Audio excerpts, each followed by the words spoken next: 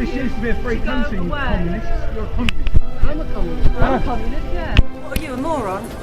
Go Must away. be, yeah. Go Talking away. to you. Go away. You take photos to put onto websites to incite people to hurt people. No, that's what your people do. Incite people to That's what your violence. people do. No, we don't. I disagree with You violence. don't take photographs of me. Off you go. Why? Or what? I don't care, mate. Okay, don't worry. Hello, mate. Let the lady through. Come on, you thugs. Off you go. I know what you want to do, be a martyr. Just go up the Don't be road. Martin. Let's do a bit of filming. Just go up the road, right?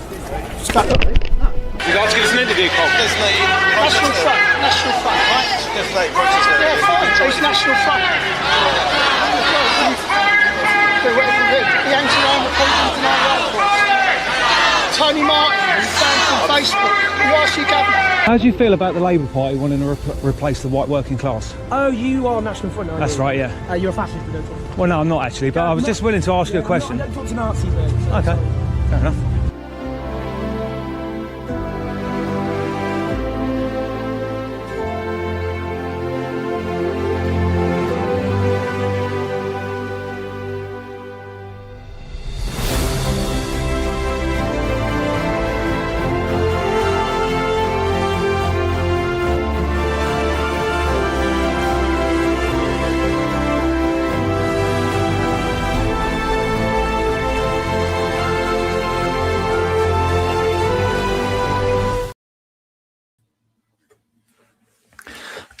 Hi everyone, thanks for coming on again today. Shouldn't be that long today. I haven't got that much to talk about. A couple of, to start with, I'd like to speak about Laurent Velleman. I know I've spoke about him quite a bit lately, but he's obviously the Hope Not Hate guy that is up in court to be sentenced in a couple of weeks' time. I originally reported that was going to be on the 25th of March, but it's since come to my attention that it's actually now on the 20th of March. The information sent to me by the court was in fact wrong, and the updated information is that it's the 20th of March. Apparently, there's something going on at Harrow Crown Court. There's some problems with the buildings, and it's deemed unsafe at the moment. So that the court case won't be happening there. But I'll find out the day before where the actual court case is, and it's so disorganised. Really, this is meant to be the British court systems, and it seems to me to be so disorganised that it's almost unbelievable that you literally have to email the courts the day before or phone them to find out what court it's actually in. But it's going to be on the 20th of March in London, and I'll be there to report on that and hopefully try and speak to him outside. Although he can get an 18-month sentence, there's still a good chance that he will get a non-custodial sentence because of what they call extenuating circumstances, which will be things like the supposed good work that he's done, the impact that it's had on his family, and that he's Jewish. I don't know why that should be relevant under current British laws, but apparently it is the way his defence is aiming. Good evening, everyone. By the way, I know loads of people said good evening on the thing, so thanks everyone for commenting on there. So yeah, so that with all the supposed extenuating circumstances, mitigating circumstances, there's a chance that he will get off, but hopefully not. From the last court hearing, it at least seemed like he is likely to get some sort of custodial sentence, so we can always hope for that. It obviously won't be anywhere near what he deserves. As people are probably aware, I've been looking into when he was actually arrested, because it seems strange to me that they didn't wait for him to try and make contact with the decoy physically rather than just the messages online.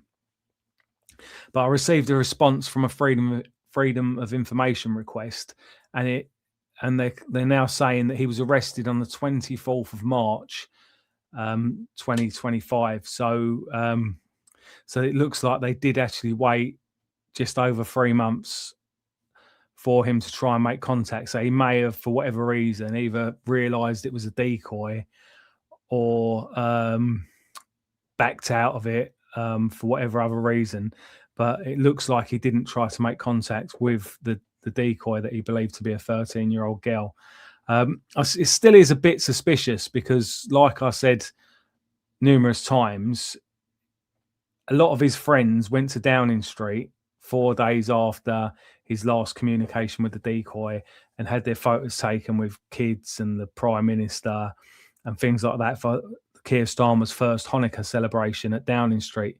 So it seems strange to me that he wasn't there. So I've done another freedom of information request to the police to try and find out if anyone was informed beforehand that he was under investigation, whether at Whitehall, 10 Downing Street, or even Barnet Labour Council were informed that he was under investigation. Because I know that several years ago, when a Liverpool councillor was being investigated for, again, paedophilia, seems to be a bit of a common thing going on here. But when that was happening, the police contacted Joe Anderson, then the leader of Liverpool Council and a Labour guy, and to ask him some questions about it. And he phoned the councillor in question, who was under investigation, supposedly about a different topic, nothing to do with that. But right after speaking to the police, he phoned the councillor, and the councillor went on to delete his cache files on his computer. I think that's correct. And but apparently he was just doing that to free up space on his computer, which I know people do. I do it myself as well to free up space on my computer. But the timing of it, the police contacted Joe Anderson. Joe Anderson contacted the councillor. The councillor wiped his cache drives all within like a couple of hours. It's very, very suspicious to me. I don't think they could prove anything then. So obviously what we're talking about now is just surmising. And I don't know more than anyone else about what actually happened then.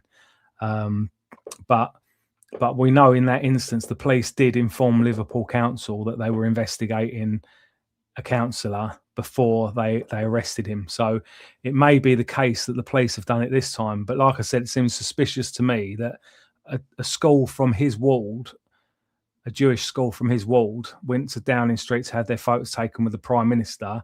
He's a Jew himself. He's involved in the Jewish Labour movement, as is his fellow ward councillor, and he didn't go along there to have his photo taken, or he did have his photo taken and they was since removed and can't be found. Well, I haven't been able to find them anywhere. So I still wouldn't be that surprised if 10 Downing Street or Barnet Labour Council hadn't been informed that there was going to be. I wouldn't be that surprised if they had been informed that there was going to be an arrest, or at least that he was being investigated. I don't know whether we'll even find that out. Sometimes they can be quite honest, the police, with things like that. So there is always a chance, but I wouldn't bank on it too much. But I'll go along to the court case anyway, to listen to the sentencing. Like I said, I'm mainly interested in what is offered as mitigating circumstances. If they try and say, if they do say that he's done great work for Hope Not Hate and the Jewish students, whatever they're called, their organisation, and the Jewish Labour movement and all these other organisations, it'd be absolutely sickening if they do use that as a mitigating circumstance or some sort of character reference. But I'd expect that they would do. But again, it will be sickening. But I'll be back in London for that. So we've got that to look forward to. Has anyone got anything else on? I'll try and do the comments as I go along this week because I'm now getting far too behind a lot of the time. Has anyone got anything else on Velleman? I'm just going to have a quick look through these comments.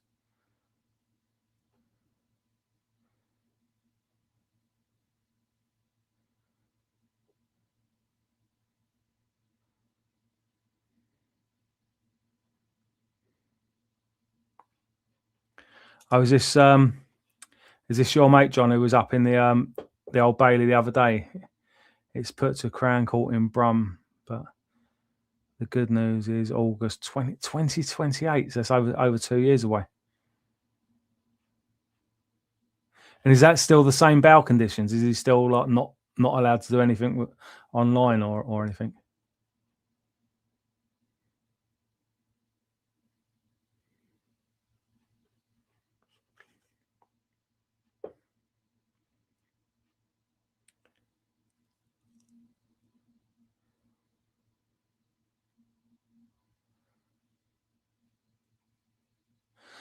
The only bail condition is no social media. I suppose, like, obviously, I have to use social media for National Front things and stuff like that. But I think actually, I remember when I got banned off Facebook, and it was actually a bit of a relief to some degree because the amount of stress that it is having to like land up reading all these posts. So sometimes it can be good to have a break from social media, but it shouldn't be mandated by anyone.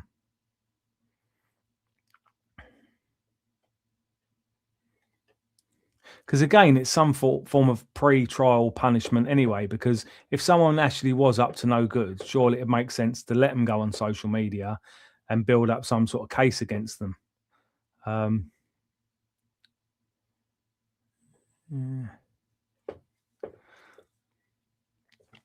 Yeah, so like I said, Velleman's up on the 20th now. I was originally told it was the 25th of March, but it's the 20th.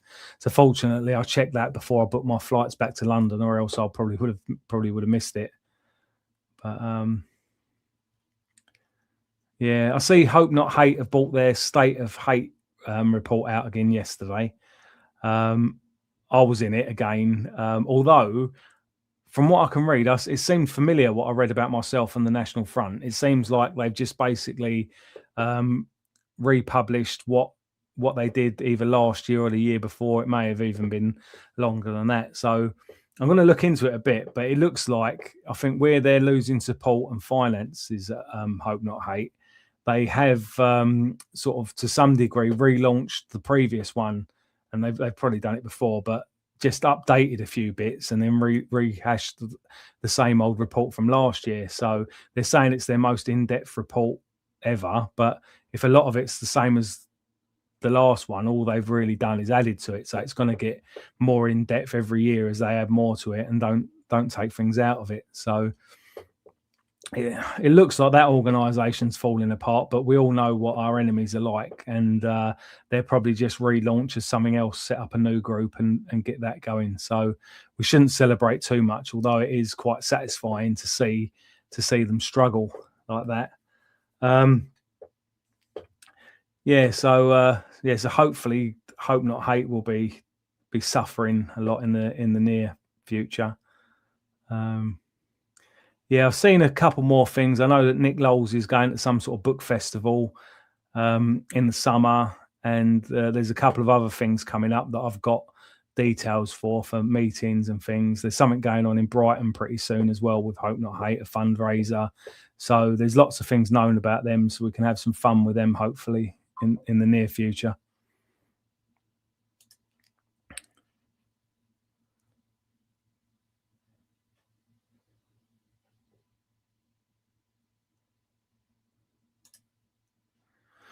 Someone said they are charging for State of Hate now.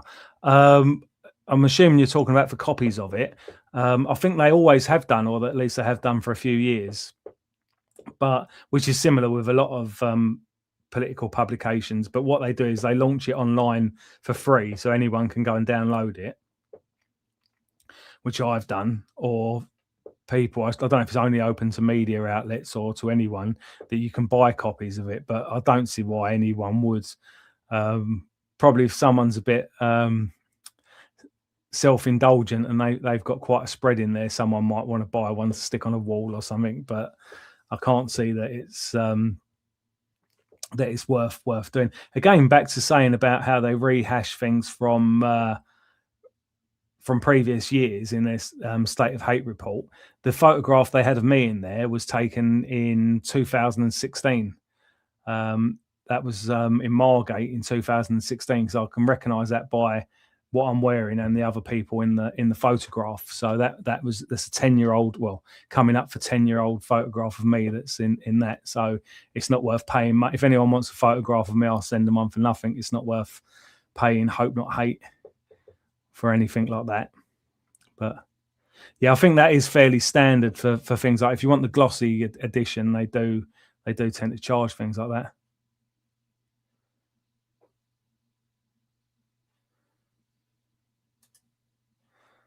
I was told a tenner to download it, flip through for free. I'm not sure because I sort of looked at it online. I'm just going to quickly check that now, but I'm pretty sure you can.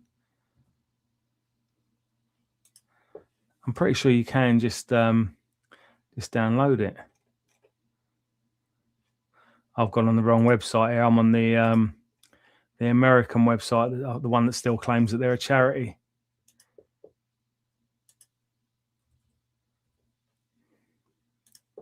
.org.uk is the one we're looking for.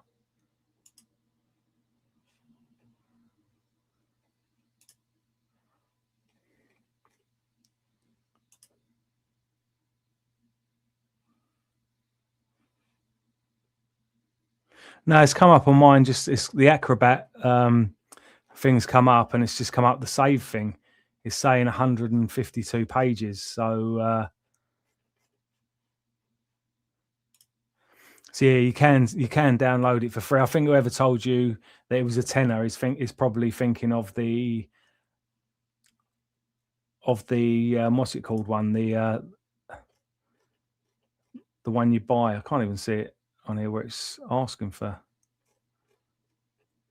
unless they've got like a suggested donation or anything like that.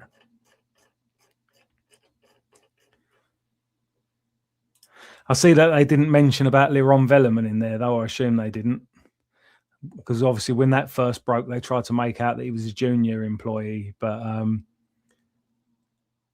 is obviously fairly senior. He's advised Parliament on their behalf, and I know that Facebook and Twitter and all those organisations sent their like not CEO, but whoever's in charge for the UK along to Parliament. So they sent pretty senior people along. Obviously not Zuckerberg or anyone like that, but they're fairly senior people.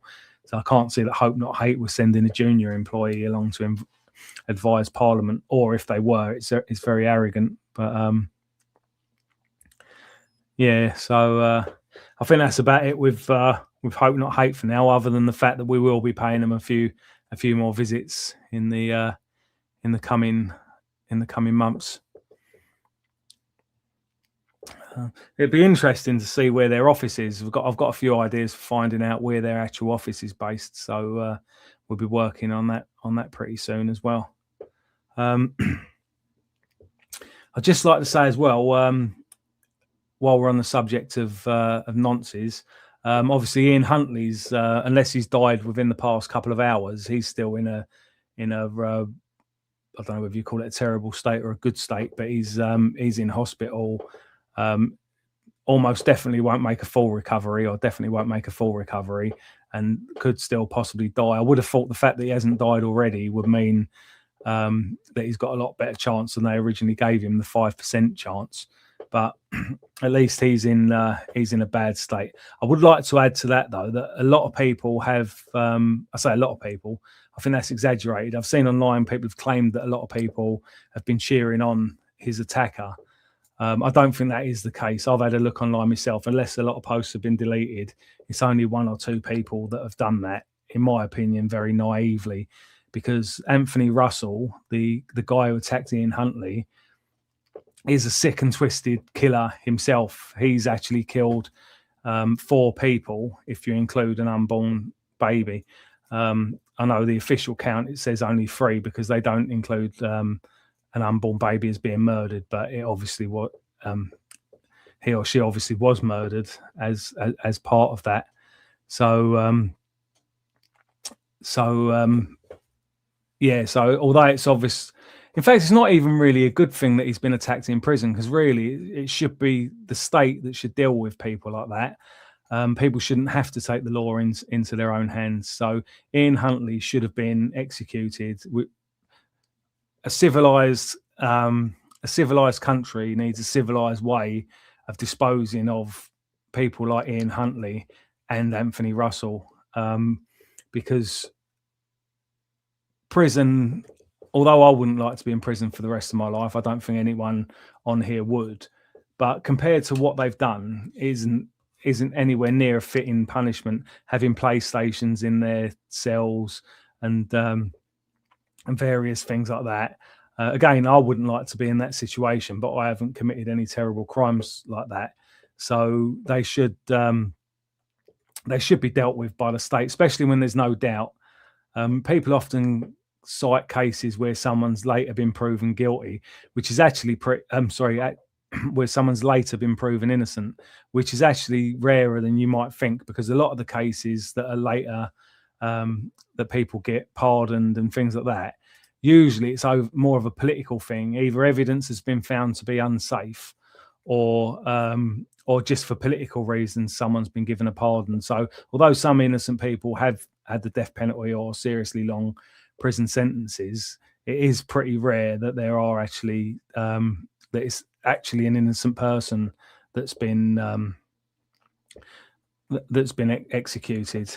I think I was also reading an article not so long ago about an IRA guy who's had his conviction overturned over unsafe evidence. But again, this is someone who was caught with ammunition and explosives. It wasn't someone who was convicted solely on a confession. This was someone who almost definitely was a terrorist. I would say what definitely was a terrorist, but obviously if he's had his conviction overturned, I've got to be careful saying that. But I don't think a lot of the people that get convictions, like terrorist convictions and murdering children convictions overturned. I know people do get a lot of false convictions for political things where and supposed terrorism things where there was no real chance of committing terrorism, like the National Action guys, where they would basically jail just for associating with people rather than actually doing stuff. But when actual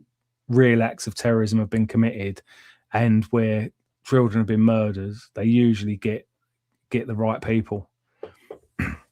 And even this might sound a bit harsh now, but if the odd innocent person does get executed, obviously that is terrible, and I'm not saying that it isn't terrible.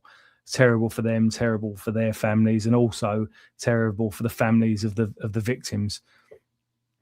But in all different kinds of walks of life, driving a vehicle, you can kill an innocent person. Surgeons making a mistake, police officers making a mistake can kill innocent people.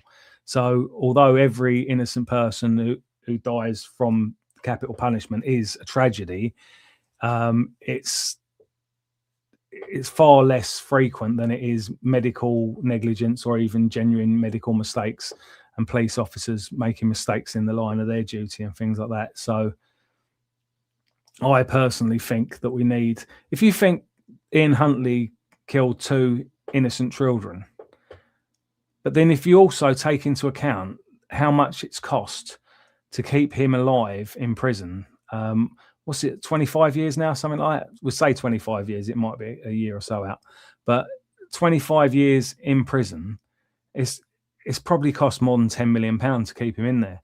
And if you think what that £10 million could have been spent on, life-saving treatment for children or even adults as well, and things like that, how many other people have died? Because I'm guessing at £10 million, it's probably more than that, but a conservative estimate. But how many people, innocent people, have died because £10 million has been wasted on Ian Huntley? And how many people have died because of the billions wasted on other people over the years that should have, in my opinion, received the death penalty?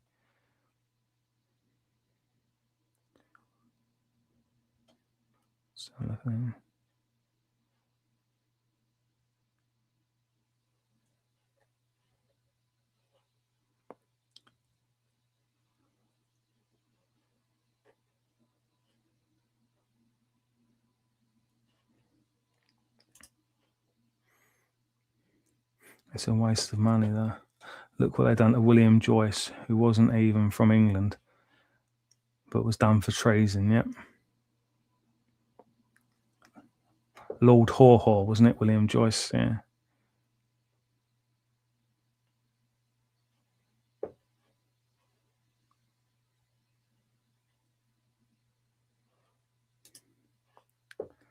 That was terrible, what was done to NA. Yeah, I'm also wondering with the court case around national action, Palestine action, whether something to do with NA could come from that, whether that could be overturned. Because to be fair, I thought it was unfair Palestine action being banned as well. Although they did obviously commit crimes, I don't think they, in my opinion, I don't think they reached the threshold of being considered terrorists. If they've reached the threshold of being considered terrorists, so must lots of I don't know, like gangs that have been involved in armed robberies and various other things like that. They should also be considered terrorists if that's the threshold. But again, it was a tragedy what happened to some of the people in national action, and in my opinion, they shouldn't have been prescribed as a terrorist organisation in the same way that Palestine action shouldn't either. I try to be balanced with these things. You can't really say it's unfair that national action got prescribed, but then it's perfectly fair when it happens to other people. But I think when Palestine action was prescribed, I think that's a reminder to the far left that when they cheer on things happening to us, to patriots and nationalists and things like that, the fact is that the state will gladly use the same apparatus against them that they use against us. Similar to with the facial recognition technology, the far left were complaining that it's a breach of civil liberties, and the police promised not to use it on demonstrations or unless there was credible intelligence that it was needed. And then when it wasn't used on Tommy Robinson's protest, the left were up in arms about it. But if they'd used it on the Tommy Robinson protest and then maybe another patriotic protest as well, then it just becomes standard and they use it on all protests and things like that. But the left don't really see things that way. They only see it from their own perspective. But personally, I think the only organisations that should be banned for terrorism are organisations that are carrying out or planning actual acts of terrorism, which wasn't the case, in my opinion, with either Palestine action or national action. I still think it's right that a lot of Palestine action were arrested for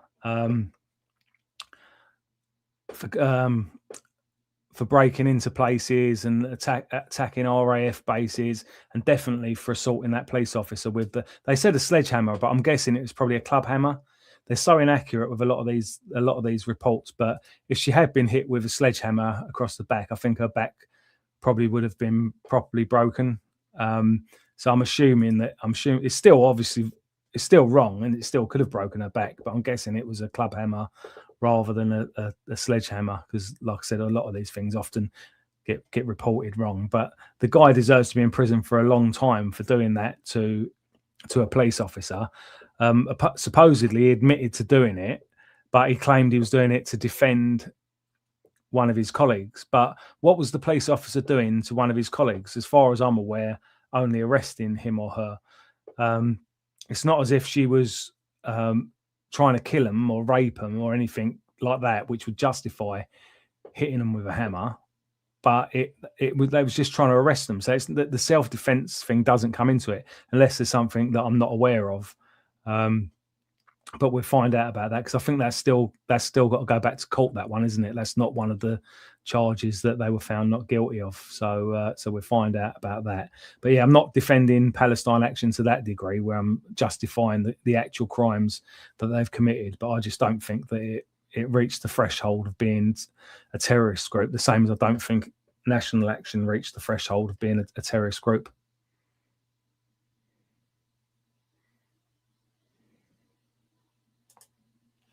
Yep. With DNA, the amount of CCTV tracking, phones, etc., there is a slim chance the wrong person getting convicted. Yep, I'd agree with that. In principle, there is a bit more to it than that. Like somebody could have had consensual sex with someone, then someone else murders them, and things like that. So nothing's 100%. But like Max said there, it's a slim chance that that they get it wrong. And also, like I said, they'll end up killing more people by wasting money if that money that's spent housing in luxury some of these disgusting killers, that then that money could be used to save other people's lives, and even also be a deterrent to other people committing similar acts.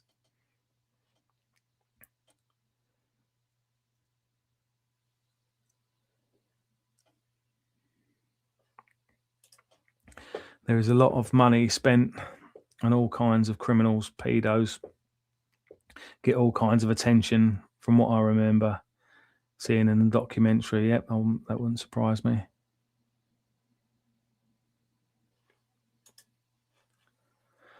Should have asked the girls' parents what they want. Yes and no.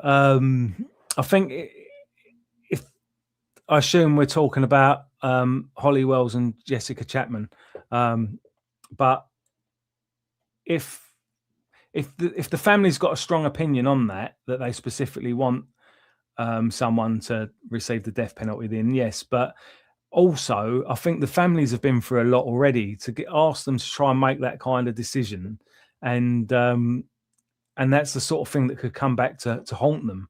I know you often hear what I call pub talk about how killers should just let the family tear them apart or whatever like that, which again, it might sound okay at first, but when you actually think about it, that it is a horrible thing to have to do, to have to kill someone. And I think it's best off that the decisions like that are made by professional people. Like I said, the families have been through enough, the suffering of losing a loved one, whether it's a child, grandchild, brother or sister, anything like that, without having to make the decision to execute the person that did it. And again, back to the cases where mistakes have been made. Again, like I think Max said, that it's very rare that mistakes are made nowadays, but there always is a slim chance that there is a mistake. And for someone to first go through the death in a particularly horrible way of a loved one, and then for it to find out that you've made that an innocent person has been executed for it, or even if they've got the right person, which I'm sure would be the case most of the time, and the vast majority of the time, there's still be that little bit of doubt in someone's mind. So I think it put more. I understand the sentiment of it. I agree with it, the sentiment of letting the girl's parents or the family decide. But I think it'd just be putting them through more suffering to do things like that. I think they already do. They definitely already do victim statements. So victim impact statements. So I think that's about as far as I'd like to see things go with that, because like I said, I think it would cause more suffering for the family to have to do something like that.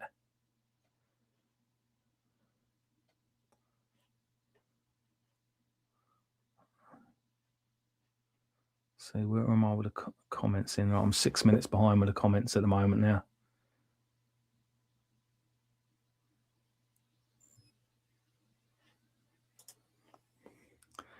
Blade Runners were cutting down the cameras for ULEZ. It would be nice to see them carry out these facial recognition cameras. Yeah.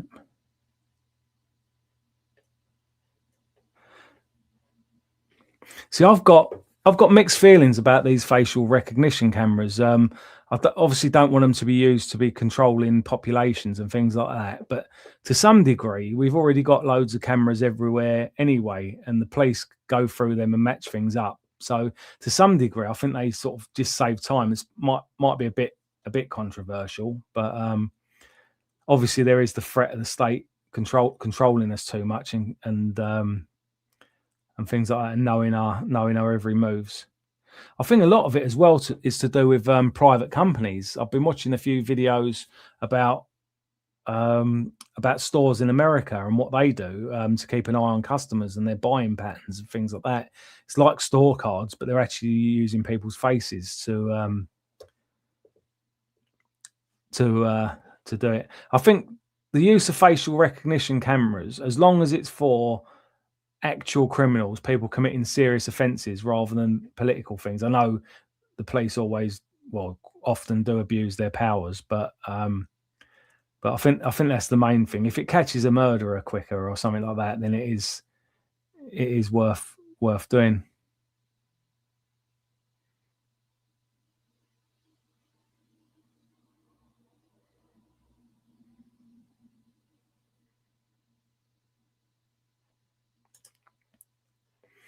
What a joke that Palestine action could break into a RAF base and spray paint a £3 million plane.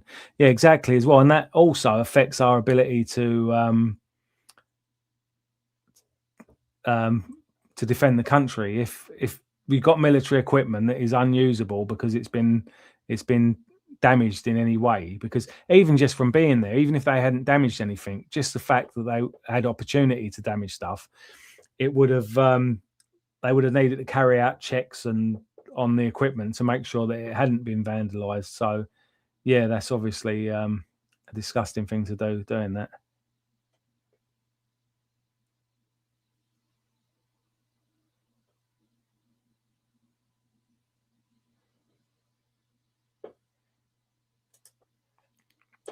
Unless it was someone really elderly, a sledgehammer would have done serious damage.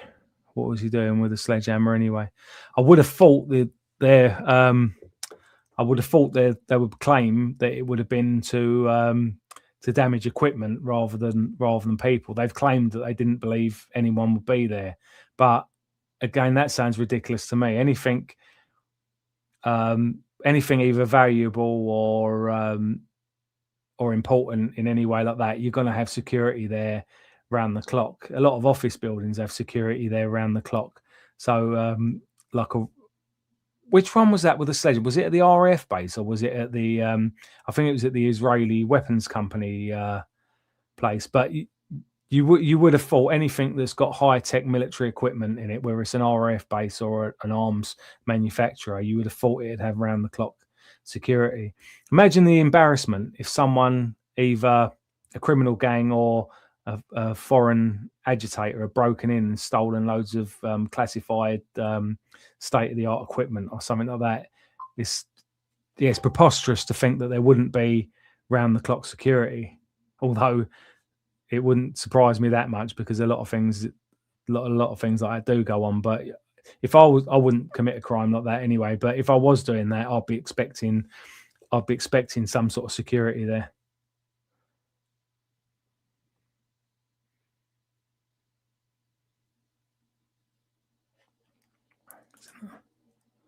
Some of these left-wing groups seem to get into all kinds of weird places, almost as though security let it happen. Yep, they could have people on the inside.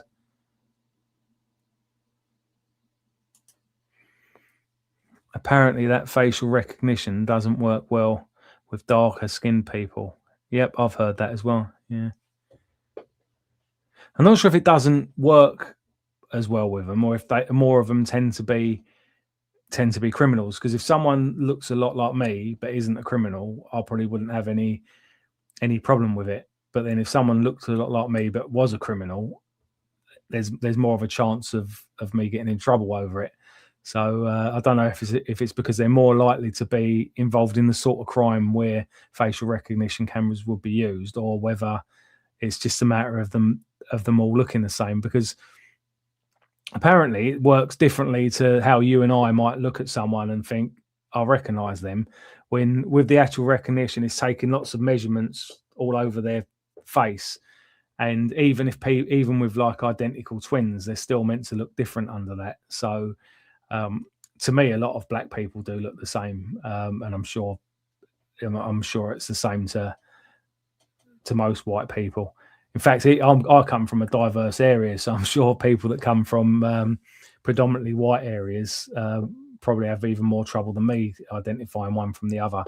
But yeah, apparently the way it works with the measurements and that shouldn't really be the case. But perhaps it's because they send it to a human operative to confirm it before they actually issue an arrest warrant or something. So perhaps the human checking over it is less likely to spot a mistake than than would be the case with white people.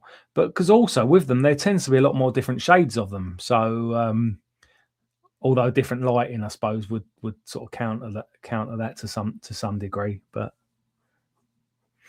I think the technology is improving from what they said. I've seen some interesting. There's a guy, I forget his name. I might put it in the description to the video, but it's a guy in America who does a lot of research into things like the glasses and the caps that you can get. I've showed Shaz, my missus, I've shown her, she found it interesting as well. I think she didn't find it as interesting as I found it and didn't want to watch 15 videos about it, but she found it a bit interesting about how you get there, because even with like normal sunglasses, because it uses night vision technology, infrared, you can still see someone's eyes clearly through the sunglasses when you couldn't, like with normal light, see that. So they use that, but there is a special tint that you can get on the glasses that does reflect that. So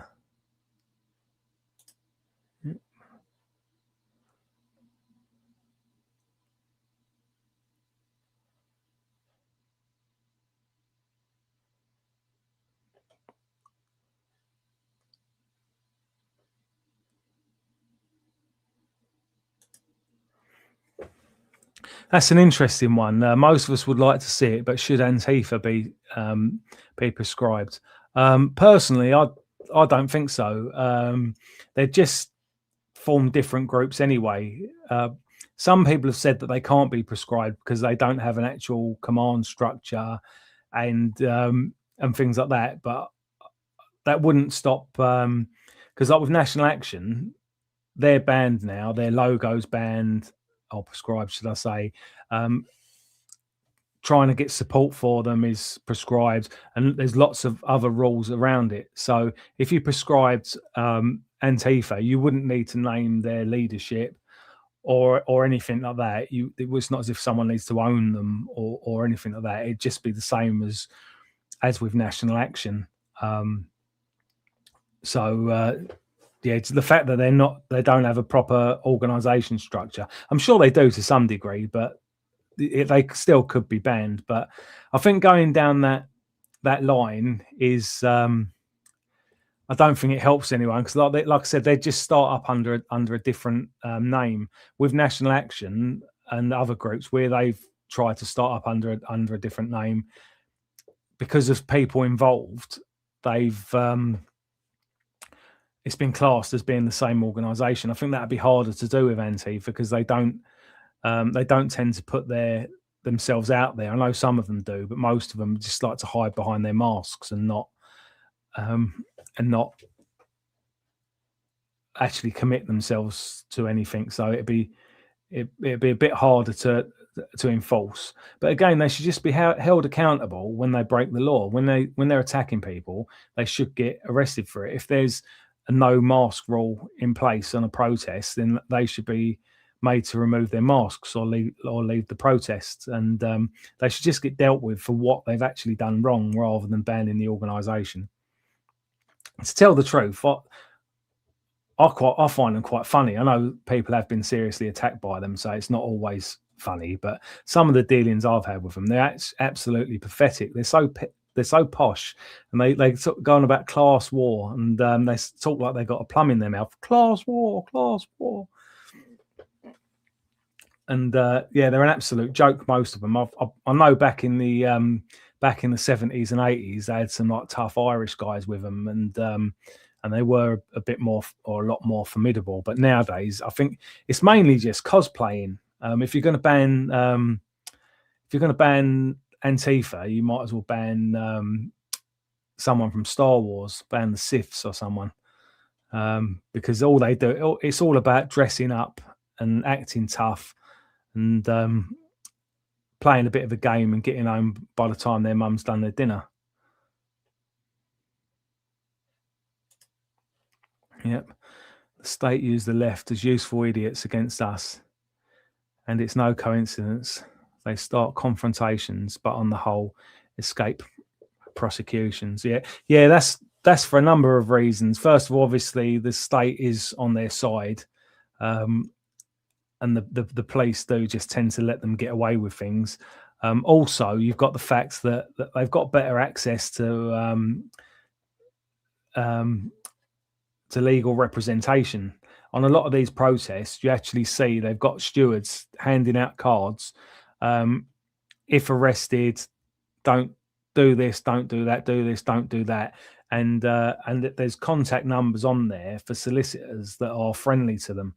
So they've got a lot of better chance to start with. They also do training sessions, because I joined one of them for a laugh about 5 years ago. I didn't join the actual organisation.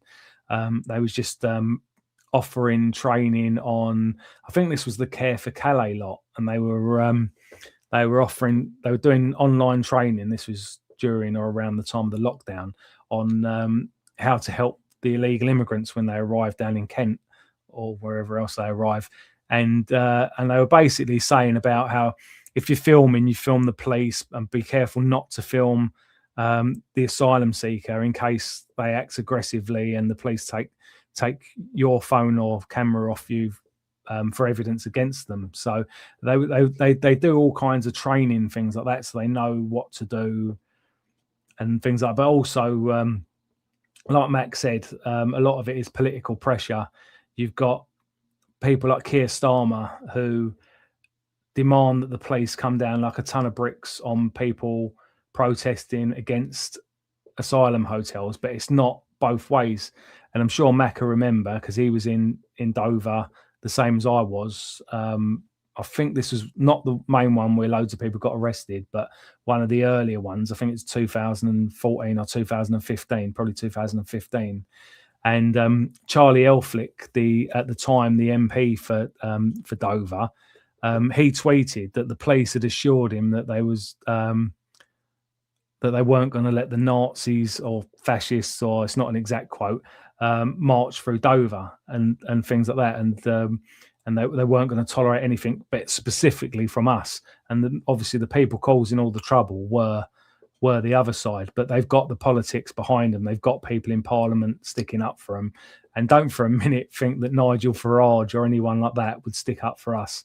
Even Rupert Lowe's unlikely to. There's a small chance that he might do to some degree, but no one in there is in Parliament is going to stick up for us, or the House of Lords, or anything like that. There's a point I've often made, is that there's not one MP in Parliament who's a representative of white people. There's plenty of white MPs in there, I'm not doubting that for a minute, but they don't see themselves as white activists or white champions or anything like that. Whereas lots of MPs and Lords see themselves as black activists, Jewish activists, Muslim activists, Sikh activists, and various other things like that. Probably some of them consider themselves Christian activists, but I don't think anyone would self-identify, any MP that is, would self-identify as a white activist. So so obviously we haven't got the support in Parliament and things like that. But a big thing is the legal representation, the fact that they are better organised with things like that.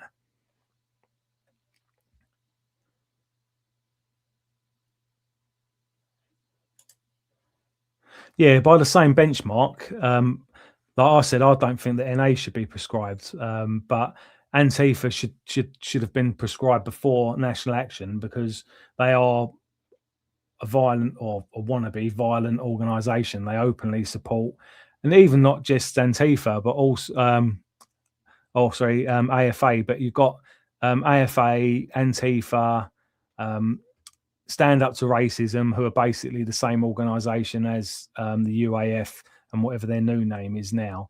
But a lot of these groups are openly violent. They do push for, they do call for violence. In the case of the UAF and AFA, they use anti-fascist action.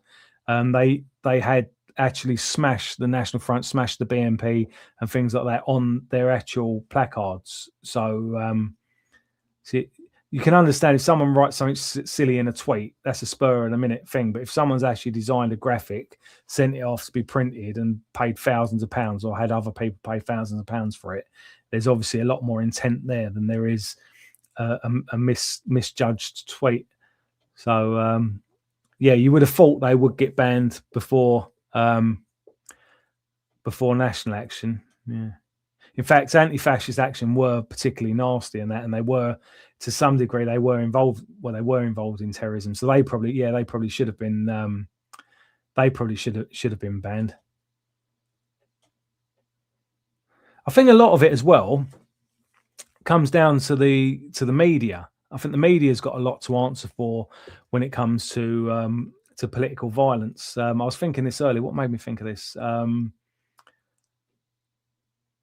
The way things were reported. Oh, that was it. The French activist that got murdered the other week, and some of the reporting you read online, and it's talking about how he was involved in clashes and things like that. But when he wasn't, he was singled out, attacked, and murdered, or it appears that way at the moment. But the media seem to put it across as if it was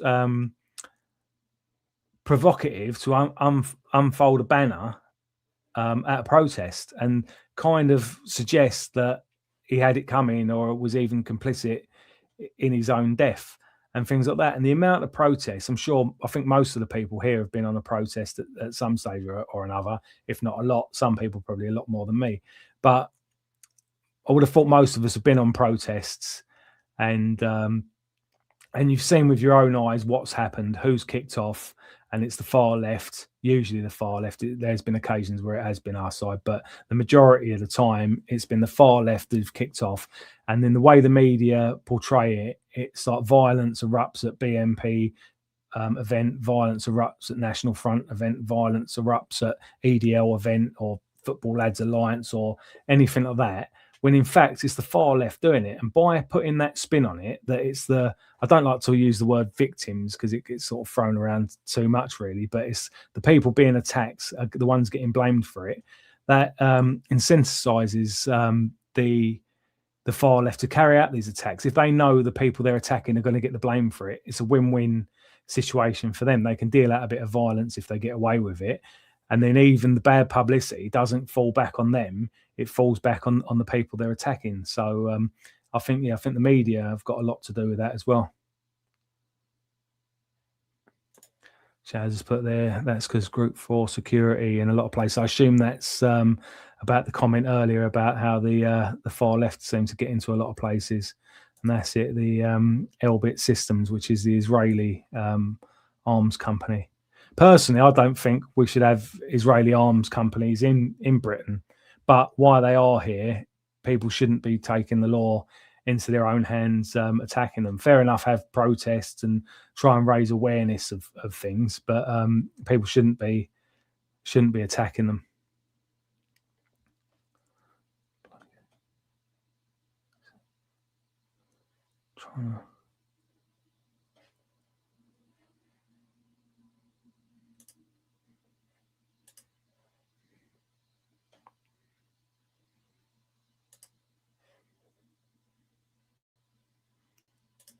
Sure what's happening. I'm trying to read some of these comments here.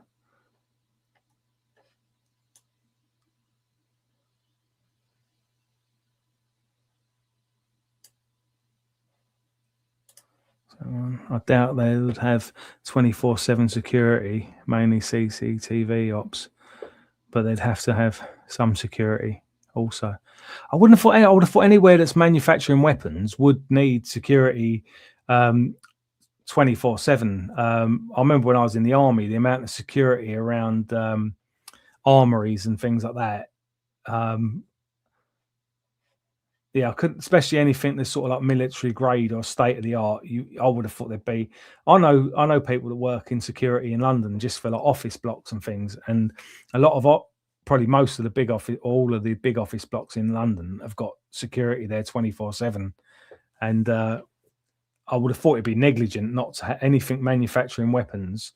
It'd be negligent not to have them there. All the army barracks and places have all got security 24/7.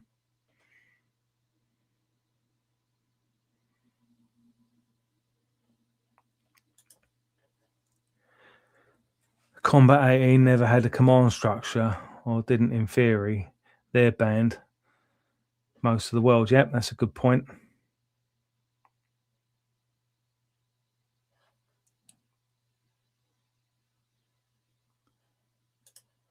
Leaderless resistance, brilliant.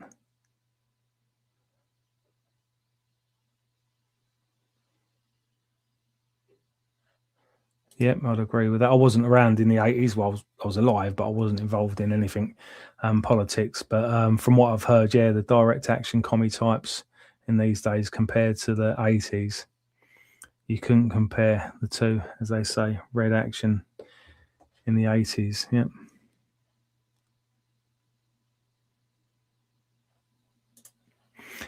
Yeah, the Liron Velleman, I did mention this at the beginning. I go over it again. I was originally told he was going to court on the 25th of March. That's now changed to the 20th of March this year. So I'm not sure what court it's in now, but it'd be one of the ones in London. But I'll be there to report on that and find out what happens. So yeah, there'll be a lot more on that in a couple of weeks' time.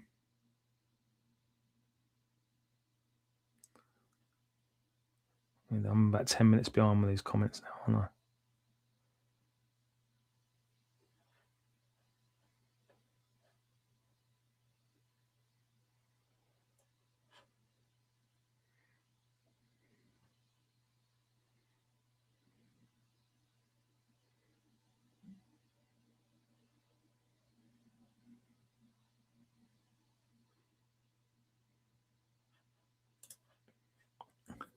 Oh, that's good. Yeah.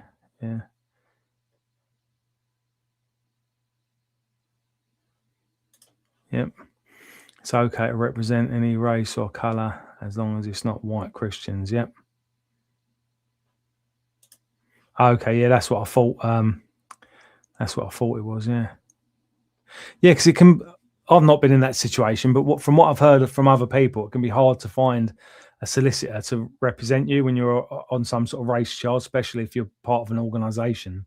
But then when you get paedophiles and child killers and things like that, they're queuing up to defend them because it's a big paycheck.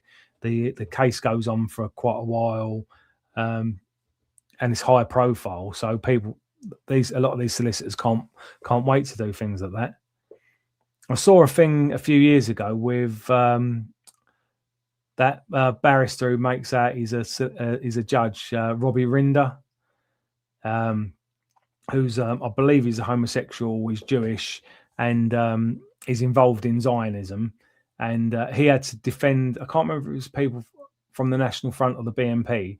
He was talking about this like years later, like 20 years after the actual. It'd be interesting to find out who he was actually representing because he didn't actually say their names, but he represented people in court that were taking the police to court to say that the police had been heavy-handed with them. And he actually went on to say after that he was glad that the police were heavy-handed with them and that they deserved it or something like that. So when you've got someone like that defending you, it goes to show how sort of scummy a lot of them are to be saying that about their own clients.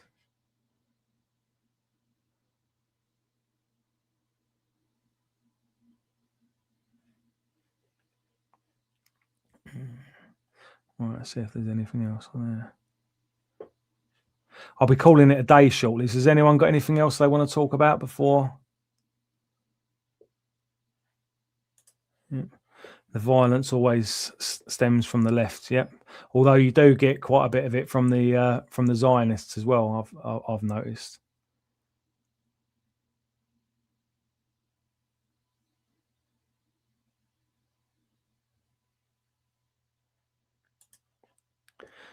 The left has so many splinter groups. It was Flaff who started the initial violence at the Britain First demo in Manchester. Yeah, I think Flaff, were they not started up by Stand Up to Racism as a response to the FLA or the DFLA? They decided to create their own sort of left wing version of them.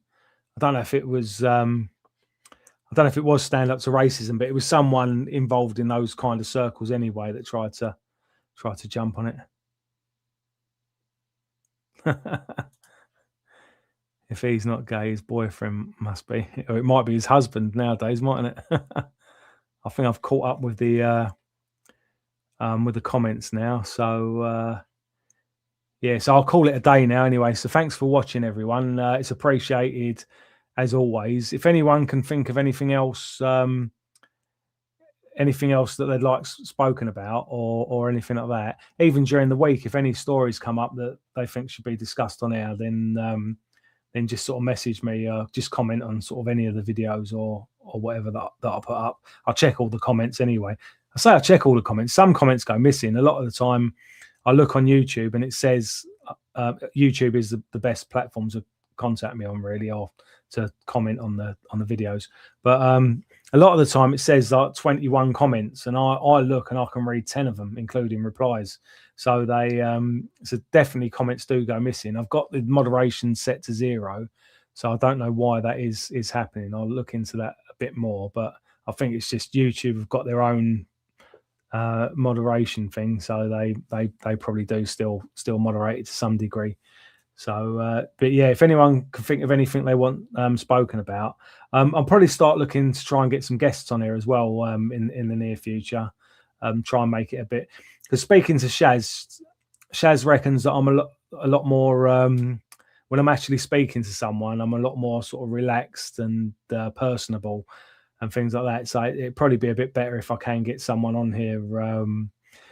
Did everyone see I was on Freedom Dad's channel last Friday? So I think that went quite well. I got a good response from his audience. He asked at the end of it to give like thumbs up or thumbs down, and there was a few thumbs down, but there was mainly thumbs up. So I think that went pretty well. So but I think it's quite a good idea to have people actually on. Like if I have someone come to my house to interview them in person, I can film it downstairs where we've got a bit more room, or I can film it up here if I'm doing it via a video link. So yeah, that'd probably be quite a good idea to start getting some people on for here. Again, PA have got a protest coming up on the 28th of March. I'm busy somewhere else, so I won't be there. And a few other people are busy with what I'm doing as well. So we won't. The National Front won't be supporting that in person, but we'd encourage other people to go along to that if they can, and I'll be going along to other PA events in the future as well. So it's best if everyone, as much as possible, on the racial ethno-nat side of things, can try and work together as much as possible. Then we're sort of heading in the right direction. Yeah.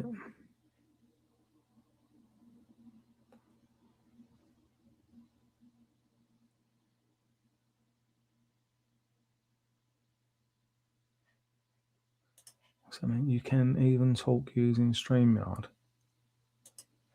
What's that mean? I don't know. I'm not sure what you mean by that. Would you mean like messaging each other, or yeah.